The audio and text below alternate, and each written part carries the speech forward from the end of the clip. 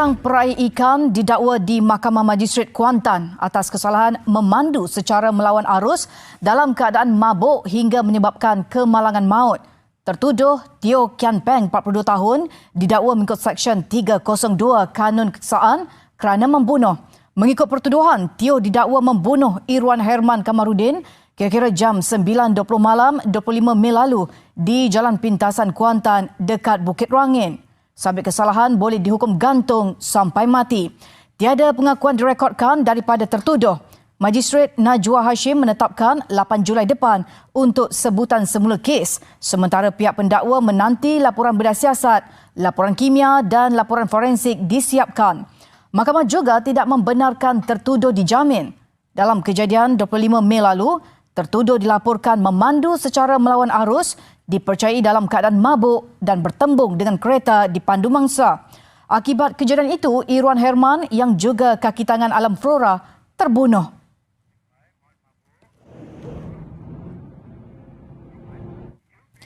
Sementara itu, di Mahkamah Magistrate Kuala Lumpur, seorang lelaki didakwa atas pertuduhan memandu di bawah pengaruh alkohol sehingga menyebabkan kematian penghantar makanan awal pagi tadi. Tertuduh Ko Yong Zhang, 20, membuat pengakuan itu sebaik pertuduhan dibacakan jurubahasa mahkamah di hadapan Magistrate Puteri Nur Sheila Rahimi. Nahas jam 1.30 pagi tadi dipercayai berlaku semasa mangsa dalam perjalanan pulang ke rumahnya di Bukit Antarabangsa selepas menghantar makanan yang dijual isterinya. Akibat pelanggaran itu, mangsa terbabas ke bahu kiri jalan dan motosikal mangsa diseret sejauh 2.2 km. Suspek memberhentikan keretanya di bawah jejantas stesen LRT Titi Wangsa setelah ditahan oleh orang awam. Suspek kemudian dibawa ke Balai Polis Trafik Jalan Tun HS Lee untuk tindakan lanjut. Hasil ujian mendapati penafasan suspek mengandungi alkohol yang melebihi had. Kes disiasat mengikut Seksyen 44/1 Akta Pengangkutan Jalan 1987.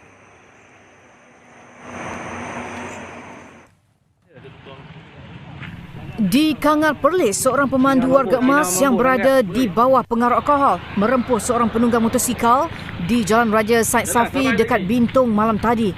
Dalam kejadian jam 10 malam tadi, mangsa Bisham Hadi Muhammad Hasbi, 41 tahun, mengalami kecederaan di kepala dan badan akibat dirempuh dari belakang. Ketika kejadian, mangsa dikatakan dalam perjalanan pulang dari kedai runcit bampiran sebelum dirempuh kereta dipandu suspek berusia 63 tahun. Menurut saksi, kereta Proton Iswara yang dipandu suspek dari arah Kangar itu dilihat hilang kawalan sebelum terbabas ke kiri jalan lalu merempuh mangsa. Sementara itu, Ketua Polis Daerah Kangar, Superintendent Warikiu berkata, polis menerima panggilan kecemasan dari orang awam kira-kira 10 minit selepas kejadian. Suspek juga turut merempuh sebuah lori yang diparkir di bahu jalan. Mangsa bagaimanapun dilaporkan stabil. Suspek didapati melarikan diri sejurus tiba ke hospital namun ditahan semula sejam kemudian. Hasil ujian alkohol terhadap suspek mendapati dia memandu dengan kandungan alkohol melebihi had yang ditetapkan. Suspek direman 2 hari sehingga esok. Kes disiasat mengikut Seksyen 44/1 Akta Pengangkutan Jalan 1987. Pemandu mabuk semakin melampau kan. Pemandu mabuk kat Malaysia ni apa nak jadi sebenarnya? Semenjak dimanjak ni, tengah tular bahawa pemandu mabuk semakin menjadi-jadi kat Malaysia ni. Semakin ramai pemandu mabuk yang melanggar lari orang yang tak bersalah sehingga mati. Lepas tu dia orang boleh lepas macam tu je. Sebab dia orang ni ada pengaruh besar, ada pengaruh yang kuat. Apa nak jadi sebenarnya Malaysia? Sekarang ni kita tengah fighting untuk melawan, untuk pindah undang-undang pemandu mabuk terhadap undang-undang yang terbaru, okey? Tapi kita kena lawan NGO yang terbesar. Salah satunya adalah Siti Kasim. Siti Kasim berkata, jika mahu menggubal undang-undang pemandu mabuk, haruslah tutup sekolah tahfiz dahulu. Apa kaitan sekolah tahfiz dengan pemandu mabuk? Cuba kita tengok. Of course, kita kena bangkang sebab haram kan? Haram dan salah dari segi undang-undang. But having it's not pesta. It's like it's been going on for years. Kenapa yang sekarang baru tiba-tiba je semuanya nak jadi champion of Islam? You know, because ini bukan tentang orang Islam ke, orang apa, bukannya dia paksa pun orang Melayu pergi minum ke apa.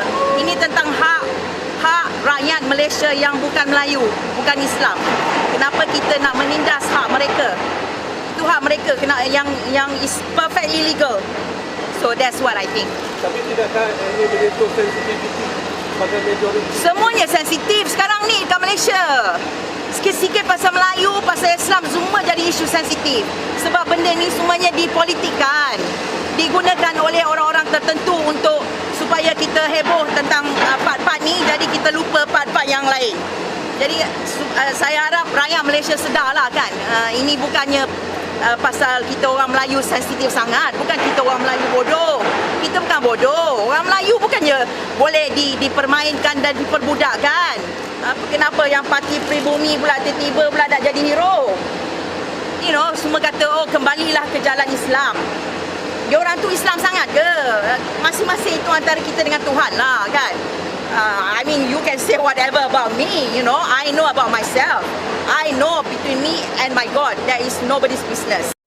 Cuba kau bayangkan salah seorang daripada keluarga kau balik cari nafkah, cari kerja, tambah-tambah orang tu susah. Dan dia adalah tulang belakang keluarga dia. Balik pada kerja tanpa bersalah.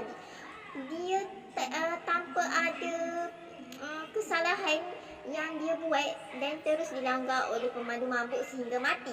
Dan boleh pula pemandu mabuk tu dilepas macam tu sahaja tanpa ada dengan bayar jamin macam tu je boleh lepas. Dengan kau ambil nyawa orang, lepas tu kau boleh lepas dengan mudah sahaja.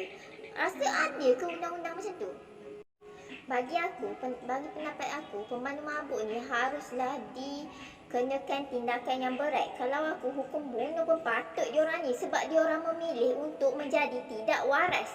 Diorang boleh pilih sama ada untuk menjadi tidak waras ataupun tidak. Diorang boleh je minum tu kat rumah, tak perlu pun minum dekat kedai makan dan bawa kereta tanpa rasa bersalah. Ramai orang yang tak bersalah kena dengan sikap yang diorang bawa sekarang. Korang rasa patut ke kita lawan menyokong penggubalan undang-undang yang terbaru yang perlu dibuat oleh kerajaan bagi pemandu mabuk? Kesian kan seorang yang tak bersalah. Lagi-lagi Grab, yang bawa panda, ramai sangat yang jadi mangsa kepada pemandu mabuk. Adakah perlu kita tutup kilang-kilang arak? Bak kata Siti Kasim bahawa sebenarnya arak tu tak bersalah, tetapi attitude orang yang minum arak tersebut. Tapi yelah, kadang-kadang aku setuju dengan statement yang dia buat, tapi masalahnya dia tak perlu kaitkan dengan agama dan tak perlu kaitkan pun dengan sekolah tahfiz. Tak ada gunanya tak kaitkan dengan sekolah tahfiz. Benda tu tak relevan langsung. Jadi aku harap kerajaan Malaysia cepat-cepatlah gubal undang-undang terbaru untuk pemandu mabuk. Ramai sangat rakyat Malaysia yang tak bersalah menjadi mangsa, dan ramai sangat ketua keluarga yang keluar dari rumah untuk cari rezeki, balik-balik tak ada dah ketua keluarga, tak ada ayah, seorang ayah daripada kanak-kanak diambil begitu sahaja tanpa rasa bersalah oleh mereka-mereka yang gila ini. Okey, siapa-siapa yang tengok video aku ni, tolong komen kat bawah apa yang korang rasa tentang pemandu mabuk. Korang rasa wajar ke mereka disokong? Wajar ke mereka ni dipertahankan? Sedangkan salahnya mereka yang pilih untuk menjadi macam tu. Okey, sama-sama kita sedekahkan Al-Fatihah kepada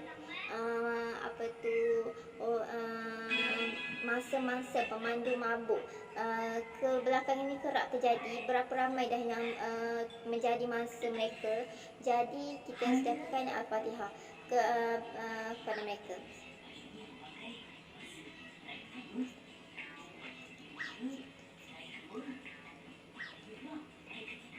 Okey, selepas ini aku harap masalah pemandu mabuk ni dah tak ada dah kat Malaysia dan tak ada NGO yang mempertahankan diorang semua ni, okey?